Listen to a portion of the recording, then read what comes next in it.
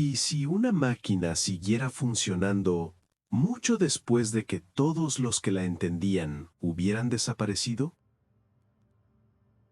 En marzo de 1998, un ingeniero de telecomunicaciones llamado Rafael Mendoza estaba realizando una auditoría de rutina de infraestructura desmantelada en el Aragón rural, cuando se topó con algo que no debería existir. Un sistema de transmisión de datos activo dentro de la estación de Canfranc, una estación de tren oficialmente cerrada desde 1970. La estación en sí era un monumento al abandono. Construida en 1928 como un gran centro ferroviario internacional que conectaba España y Francia a través de los Pirineos, había sido uno de los proyectos de infraestructura más ambiciosos de Europa. El edificio se extendía más de 240 metros, con arquitectura Art Deco ornamentada, instalaciones de aduanas y equipos de telecomunicaciones avanzados para su época. Pero el colapso de un puente en el lado francés, el 18 de febrero de 1970, cortó la conexión permanentemente. Los trenes se detuvieron, el personal se fue, el gobierno español selló las oficinas administrativas en 1972. Sin embargo, ahí, en una sala del sótano cerrada bajo el ala este, Mendoza encontró un sistema de teletipo telefónica, modelo RTX-14, fabricado en 1965, tecleando constantemente en la oscuridad. La máquina estaba diseñada para transmitir mensajes cifrados de coordinación ferroviaria entre estaciones. Durante los años operativos de la estación, había transmitido horarios, manifiestos de carga y notificaciones de control fronterizo. Requería mantenimiento constante, reemplazos de cinta, ajustes mecánicos, monitoreo eléctrico. Sin intervención, estas máquinas típicamente fallaban en semanas. Esta llevaba supuestamente 26 años desconectada. El informe inicial de Mendoza, presentado a la Oficina Regional de Telefónica en Zaragoza, describió la escena con precisión clínica. Unidad RTX-14, serie BX4471, encontrada operativa. Fuente de energía, cableada a la red municipal. Nunca desconectada durante el cierre de la estación. Condición mecánica, funcional. Salida, transmisión continua en frecuencia 447.8 MHz. Contenido, secuencia alfanumérica repetida de 23 caracteres. No se detectó variación durante 40 minutos de observación. La respuesta de la compañía fue indiferencia burocrática. Equipo desmantelado dejado conectado a la red eléctrica no era sin precedentes. Simplemente era costoso desmantelar adecuadamente los sistemas antiguos. Alguien llegaría a ello eventualmente. Pero Mendoza no podía dejarlo ir. Regresó 3 días después con equipo de grabación. La secuencia que transmitía la máquina era esta: X7, frontera, carga, 1844. Se repetía cada 90 segundos, exactamente, sin degradación, sin variación. El mismo mensaje, una y otra vez, como presumiblemente había estado haciendo en la oscuridad durante 26 años. Mendoza comparó el código con documentación ferroviaria archivada. X7 era una designación para verificación de carga transfronteriza. Frontera significaba border. Carga era cargo. Y 1844 coincidía con un número de tren específico del horario de invierno de 1969-1970, uno de los últimos trenes internacionales antes del colapso del puente. El tren 1844 había sido un servicio de carga nocturno que transportaba textiles de Barcelona a Toulouse. Según el registro de operaciones final de enero de 1970, El tren 1844 había cruzado por Canfranc la noche del 27 de enero sin incidentes. El puente colapsó 3 semanas después, el 18 de febrero, y la estación cerró permanentemente 4 meses después. Entonces, ¿por qué el sistema seguía solicitando autorización para un tren de 1970? Mendoza presentó sus hallazgos a su supervisor, quien los desestimó con un encogimiento de hombros. Las máquinas viejas hacen cosas extrañas. Desconecta el enchufe si te molesta. Pero cuando Mendoza regresó para hacer exactamente eso, descubrió algo que lo hizo fotografiar todo y marcharse sin tocar un solo cable. Se suponía que la habitación estaba vacía. Cuando Mendoza descendió al sótano el 19 de marzo de 1998, su tercera visita a la estación, llevaba un plan simple: fotografiar la unidad de teletipo, desconectarla de la fuente de energía y presentar un informe de cierre. Una nota al pie en una base de datos burocrática. Nada más. Pero cuando abrió la puerta de acero con la llave maestra proporcionada por la oficina de Zaragoza, encontró que alguien había estado manteniendo la máquina. Los componentes mecánicos estaban limpios, sin polvo en las teclas, sin corrosión en los contactos eléctricos. La cinta, que debería haberse desintegrado años atrás, estaba fresca, recién reemplazada. Emisión estándar de Telefónica del tipo usado en instalaciones activas. Y junto a la máquina, en una pequeña mesa metálica, había un registro de mantenimiento. El registro era un cuaderno simple, encuadernado en tela negra, con entradas escritas en tinta azul. La letra era precisa, metódica. Cada entrada seguía el mismo formato: fecha, hora, breve nota técnica. 11 de marzo de 1998, 14:30. Cinta reemplazada, unidad operativa. 26 de febrero de 1998, 09:15. Contactos eléctricos limpiados. Transmisión estable. 14 de enero de 1998, 16:45. Ajuste mecánico. Frecuencia confirmada 447.8 MHz. Las entradas se remontaban meses atrás. Siempre la misma letra, siempre procedimientos rutinarios de mantenimiento. Nunca ningún nombre, nunca ninguna explicación de por qué alguien estaba dando servicio a una máquina en una estación abandonada que había estado cerrada durante 28 años. Mendoza sintió su pulso acelerarse mientras hojeaba hacia atrás las páginas. Las entradas continuaban en 1997, luego 1996, luego más atrás, año tras año, la letra nunca cambiando, la rutina nunca variando. El cuaderno tenía más de 200 páginas. La entrada más antigua que pudo encontrar estaba fechada el 3 de julio de 1972, apenas semanas después de que las oficinas administrativas de la estación hubieran sido oficialmente selladas. 3 de julio de 1972, 11. Inspección inicial post-cierre. Unidad RTX 14 operativa. Frecuencia estable. Mantendré. 26 años de mantenimiento secreto. Quienquiera que hubiera escrito esto había estado viniendo a esta habitación cerrada en esta estación abandonada durante más de un cuarto de siglo, realizando mantenimiento rutinario en una máquina cuya única función era transmitir un mensaje sobre un tren que ya no existía. Mendoza fotografió cada página. Informó sus hallazgos a la División de Seguridad de Telefónica. La respuesta llegó en 48 horas. Ningún empleado actual tenía autorización para acceder a la estación de Canfranc.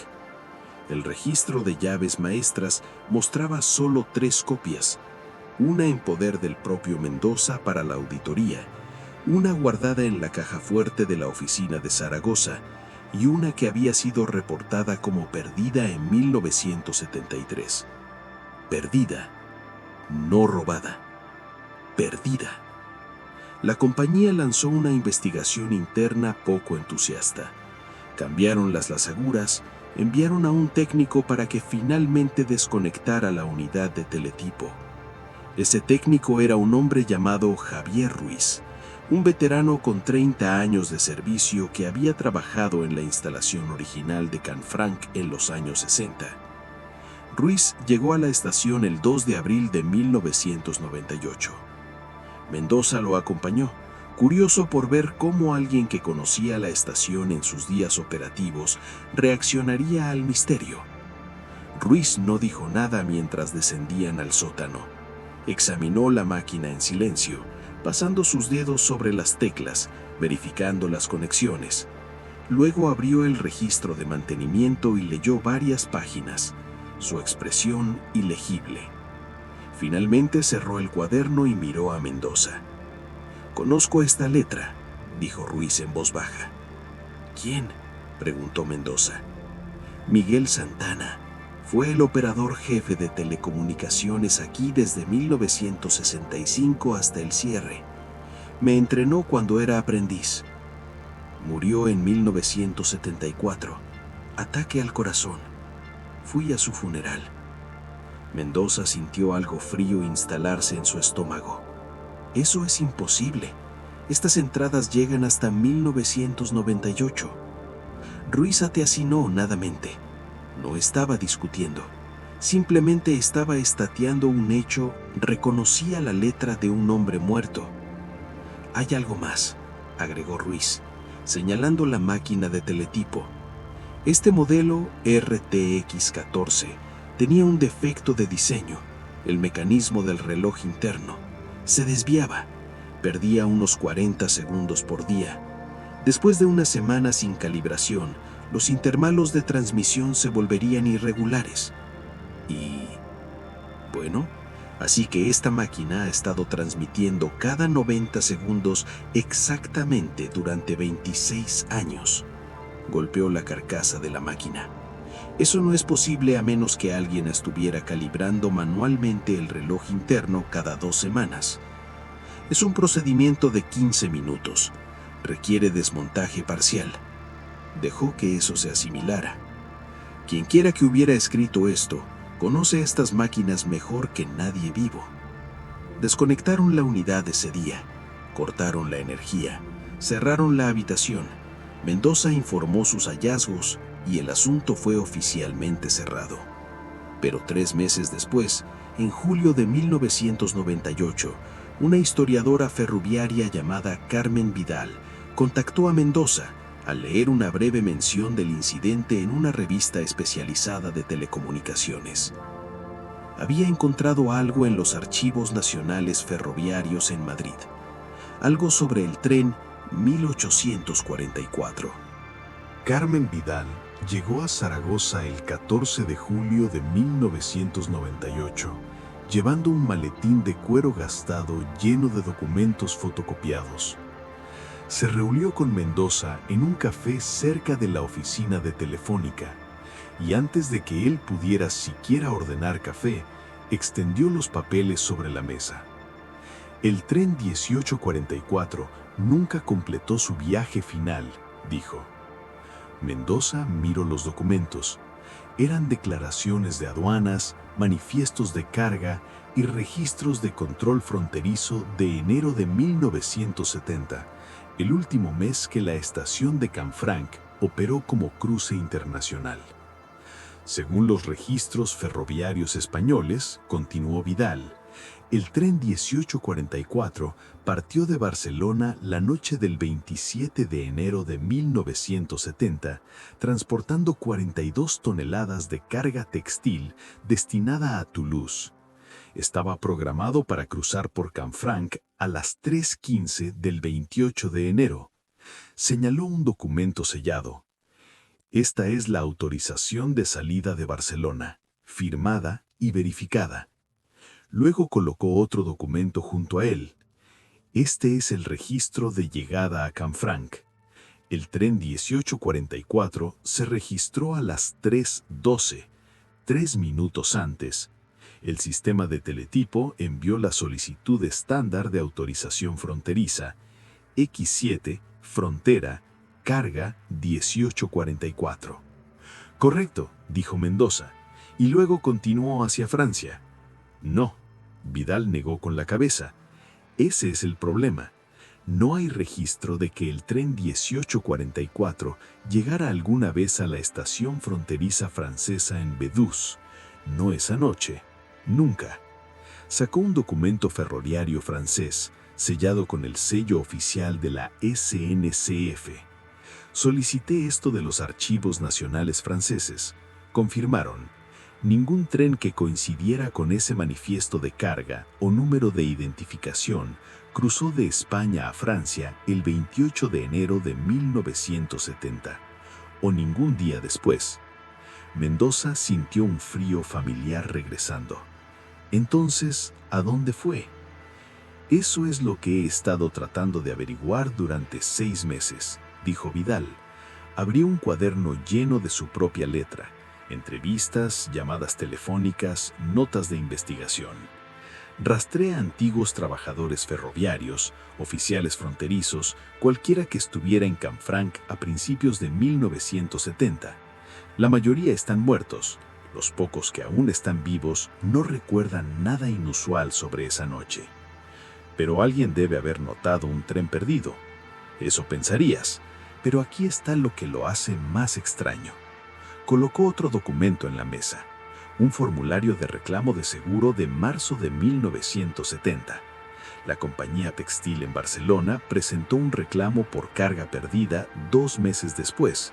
Dijeron que el envío nunca llegó a Toulouse. La compañía de seguros pagó. Caso cerrado. ¿Alguien investigó? Oficialmente, no. El supuesto era que el tren había quedado atrapado en el caos después del colapso del puente en febrero. Los registros estaban desordenados durante el cierre. Todos estaban enfocados en el desastre de infraestructura, no en rastrear envíos de carga individuales de semanas anteriores. Vidal se inclinó hacia adelante. Pero encontré algo más, algo que nadie archivó oficialmente. Sacó una fotocopia de una carta manuscrita. Fechaba 15 de marzo de 1970. Estaba dirigida al director de operaciones ferroviarias en Madrid, escrita por el jefe de estación de Canfranc, un hombre llamado Luis Ochoa. La carta era breve. Respecto a su consulta sobre el tren 1844, puedo confirmar que el tren llegó a Canfranc según lo programado a las 3:12 del 28 de enero. La transmisión de autorización fronteriza fue enviada según protocolo. Sin embargo, debo reportar una irregularidad. El maquinista del tren, Tomás Ruiz, no se registró en la oficina de la estación como era requerido. Cuando fui al andén a las 3:30 para verificar la salida, el tren ya no estaba presente. Asumí que había procedido a Francia adelantado del horario, aunque esto habría violado protocolo. No tengo más información. Mendoza leyó la carta 2 veces. Tomás Ruiz. ¿Alguna relación con Javier Ruiz? Su hermano mayor, confirmó Vidal. Tomás tenía 51 años en 70, maquinista experimentado, 25 años con el Racional, sin registro disciplinario. Hizo una pausa. Nunca fue visto de nuevo después de esa noche. ¿Qué? Tomás Ruiz desapareció el 28 de enero de 1970. Su familia presentó un informe de persona desaparecida en febrero. La investigación policial concluyó que probablemente había muerto en un accidente algún lugar a lo largo de la ruta montañosa. Esas vías eran traicioneras en invierno, pero nunca encontraron un cuerpo, tampoco encontraron el tren. Mendoza se reclinó tratando de procesar esto. Entonces, un tren completo, con un maquinista experimentado, desapareció en medio de la nada entre Canfranc y la frontera francesa, y nadie hizo un esfuerzo serio por encontrarlo. El colapso del puente 3 semanas después lo enterró todo, literal y figurativamente. La estación cerró, Las vías fueron abandonadas y toda la línea ferroviaria internacional dejó de existir. ¿Quién va a montar una operación de búsqueda por un tren perdido cuando toda la conexión ferroviaria internacional acaba de dejar de existir? Reunió los documentos de vuelta en su maletín. Pero esto es lo que no puedo explicar. ¿Por qué Miguel Santana, el operador de telecomunicaciones, mantenía una máquina que seguía transmitiendo una solicitud de autorización fronteriza para un tren que nunca cruzó la frontera durante 26 años? ¿Crees que Santana sabía algo? Creo que estaba esperando una respuesta que nunca llegó, dijo Vidal. Miró a Mendoza con una intensidad que lo hizo sentirse incómodo. El sistema envió una pregunta, solicitando autorización para que el tren 1844 cruzara a Francia. Alguien del lado francés se suponía que debía responder con aprobación o negación. Pero ¿qué pasa si esa respuesta nunca llegó? ¿Qué pasa si el sistema quedó en un bucle esperando confirmación? Las máquinas no esperan, dijo Mendoza, ejecutan protocolos. Exactamente. Entonces, ¿por qué un hombre muerto seguía manteniéndola? Mendoza no tenía respuesta para eso. Vidal cerró su maletín. Voy a Canfranc, la estación. Quiero ver la habitación donde estaba el teletipo. Quiero entender qué estaba haciendo Santana ahí abajo todos esos años. Miró a Mendoza. ¿Vendrás conmigo? Él debería haber dicho que no. El caso estaba cerrado. La máquina estaba desconectada. Su auditoría estaba completa. Pero 3 días después, el 17 de julio de 1998, Mendoza y Vidal estaban juntos en el vestíbulo de la estación de Canfranc, mirando la ahora silenciosa máquina de teletipo. El registro de mantenimiento seguía en la mesa donde Ruiz lo había dejado. Vidal lo abrió a la última entrada, 11 de marzo de 1998, 2:30, cinta reemplazada, unidad operativa. 4 días antes de que la encontraras, notó. Luego hizo algo que Mendoza no había pensado hacer. Cuidadosamente removió la encuadernación de tela y examinó el interior de la cubierta trasera del cuaderno. Metido en un pequeño bolsillo, doblado en un cuadrado apretado, había un trozo de papel. Vidal lo desdobló con manos temblorosas. Era un telegrama, amarillento por la edad, fechado 28 de enero de 1970, 4:47. El texto decía: Vedús a Canfranc, confirmación negativa. Tren 1844 no llegó. Repito, no llegó. Solicitud de estado, urgente. Debajo, en la misma letra precisa del registro de mantenimiento, alguien había escrito una sola sentencia. Ellos aún están esperando. Yo también. El telegrama lo cambió todo. Mendoza miró fijamente el papel descolorido, leyendo las palabras una y otra vez. Tren 1844 no llegó.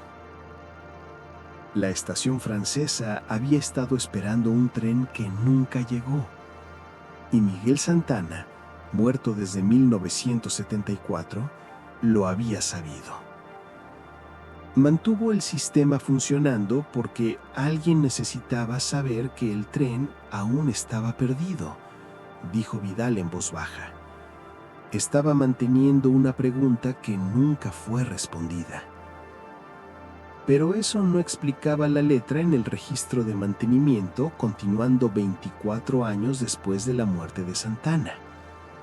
Mendoza tomó el telegrama de las manos de Vidal y lo examinó más de cerca.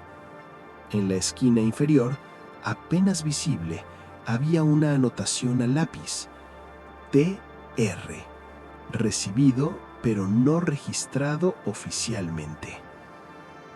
TR, Tomás Ruiz. El maquinista recibió este telegrama, dijo Mendoza lentamente, pero nunca fue registrado oficialmente. Los ojos de Vidal se agrandaron. Él sabía que la estación francesa estaba reportando su tren como perdido.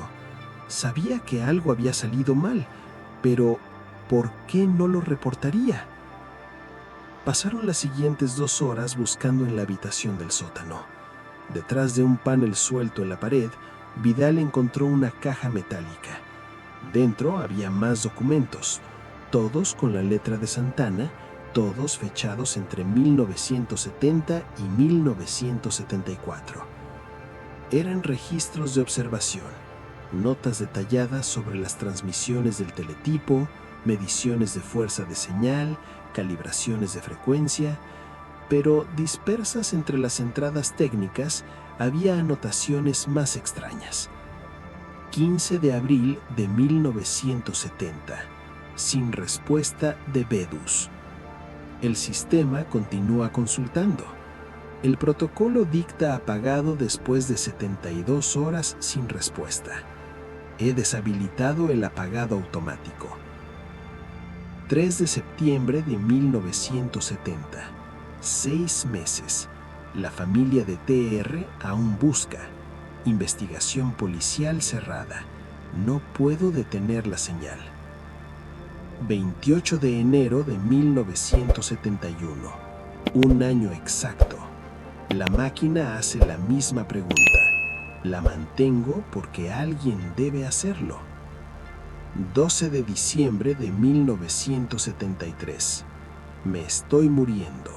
Condición cardíaca empeorando. No he entrenado reemplazo. El sistema debe continuar.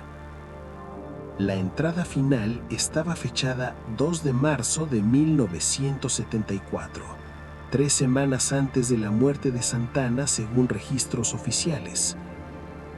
2 de marzo de 1974. He hecho arreglos. La llave será dejada. El procedimiento está documentado. Alguien lo entenderá. La pregunta debe permanecer activa hasta que sea respondida. TR merece al menos eso. Arreglos, repitió Mendoza. Planeó que alguien continuara después de que muriera. Pero, ¿quién?, preguntó Vidal. Javier Ruiz dijo que reconoció su letra, pero Santana murió en 1974. Los registros de mantenimiento llegan hasta 1998. Regresaron al registro de mantenimiento y lo examinaron bajo las luces fluorescentes del sótano. La letra era idéntica en todo. Misma inclinación, misma presión, misma formación de letras. Forense consistente. Excepto que no podía ser. Vidal tuvo una idea. La anotación en el telegrama, recibido pero no registrado oficialmente, esa es la letra de Tomás Ruiz, no de Santana. Necesitamos una muestra para comparar. Pasaron la siguiente semana rastreando todo lo que pudieron sobre Tomás Ruiz. Su expediente de empleo de los archivos ferroviarios, su firma en documentos sindicales, una carta que había enviado a su esposa en 1969 mientras trabajaba una ruta por Barcelona. Cuando compararon las muestras con el registro de mantenimiento, la conclusión era innegable. La letra en el registro no era de Miguel Santana, era de Tomás Ruiz. El hombre que había desaparecido con el tren 1844 en enero de 1970 estuvo manteniendo el sistema de teletipo en el sótano de Canfranc 28 años después de que supuestamente había muerto. Eso es imposible, dijo Mendoza por tercera vez ese día. Él desapareció. El tren desapareció. ¿De verdad? Vidal lo miró con una expresión entre miedo y exaltación. ¿O pasó algo más esa noche? Abrió su cuaderno de investigación en una página de mapas topográficos. La línea ferroviaria entre Canfranc y Vedus pasa por el túnel de Somport, 5.791 metros a través de montaña sólida. Fue una maravilla de ingeniería cuando se construyó, pero siempre hubo historias sobre ese túnel. ¿Qué tipo de historias? Los trabajadores que lo construyeron en los 20s reportaron fenómenos acústicos extraños, sonidos que no tenían fuentes, fluctuaciones de temperatura que no tenían sentido geológico. 3 trabajadores desaparecieron durante la construcción, nunca encontrados, nunca explicados. Trazó la ruta del túnel en el mapa. Después del colapso del puente en 1970, nadie inspeccionó ese túnel de nuevo. Está sellado, inaccesible de ambos lados. Mendoza sintió algo cambiando en su comprensión del caso. ¿Crees que el tren aún está en el túnel? Creo que Tomás Ruiz nunca dejó Canfranc. Creo que lo que sea que le pasó a él y a ese tren esa noche, lo que sea que los impidió llegar a Francia, lo dejó atrapado, no muerto, atrapado. Eso es locura. ¿Lo es?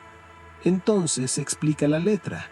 Explica 28 años de mantenimiento por un hombre que supuestamente murió en 1970. Explica por qué escribió «Ellos aún están esperando. Yo también». Cerró el cuaderno. ¿Qué pasa si el sistema de teletipo no solo está transmitiendo un mensaje? ¿Qué pasa si es lo único que lo mantiene conectado? Mendoza quería descartarlo. Quería llamarlo búsqueda obsesiva de patrones, pensamiento conspirativo, la necesidad humana de encontrar significado en tragedias residuas. Pero no podía explicar la letra. No podía explicar el mantenimiento. No podía explicar por qué una máquina en una estación abandonada había continuado haciendo una pregunta sobre un tren que había desaparecido 28 años antes, mantenida por alguien que no debería existir. El 30 de julio de 1998, Mendoza presentó un informe suplementario a Telefónica.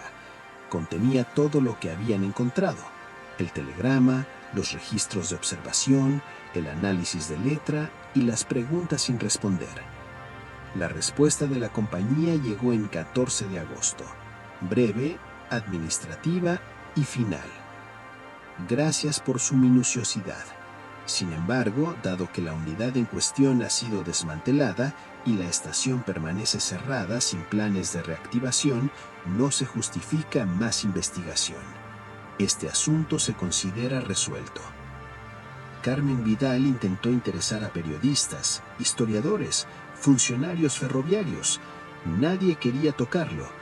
Un tren perdido de 1970 era historia antigua. La Guerra Fría había terminado. España se había modernizado. ¿A quién le importaban historias de fantasmas de una estación abandonada en los Pirineos?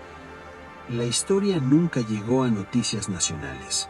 Se mencionó brevemente en una revista de aficionados a telecomunicaciones en septiembre de 1998. Luego desapareció del discurso público por completo. Mendoza regresó al trabajo rutinario. Vidal continuó su investigación, pero sin apoyo institucional no pudo acceder al túnel sellado ni presionar por ninguna investigación oficial. La última vez que hablaron fue en noviembre de 1998. Vidal lo llamó tarde en la noche. «Volví a Canfranc», dijo sin tardar. «La habitación del sótano. La máquina aún está desconectada, pero quería ver si... no sé qué esperaba. Y... el registro de mantenimiento ha desaparecido. La caja metálica con las notas de Santana, desaparecido. Incluso el telegrama que encontramos. Alguien removió todo. La compañía probablemente lo limpió. Más bien, no sonaba convencida. Más bien lo hizo él. Tal vez supo que lo encontramos y lo recuperó. Tal vez no quiere ser encontrado. Carmen, he dado, Rafael. No puedo seguir persiguiendo algo que no quiere ser atrapado. Hizo una pausa. Pero si alguna vez escuchas sobre ese sistema activándose, si alguien reporta una señal en la frecuencia 447.8 MHz, transmitiendo X7, frontera, carga 1844, llámame, por favor. Él prometió que lo haría. Nunca tuvo que hacerlo. En marzo de 2003, el gobierno español anunció planes para restaurar la estación de Canfranc como sitio histórico y potencialmente reabrir la línea ferroviaria a Francia como parte de una iniciativa de infraestructura europea. Durante los estudios preliminares, los ingenieros reportaron que el nivel del sótano había sido sellado con concreto en algún momento después de 1998, sin registro oficial de quién lo ordenó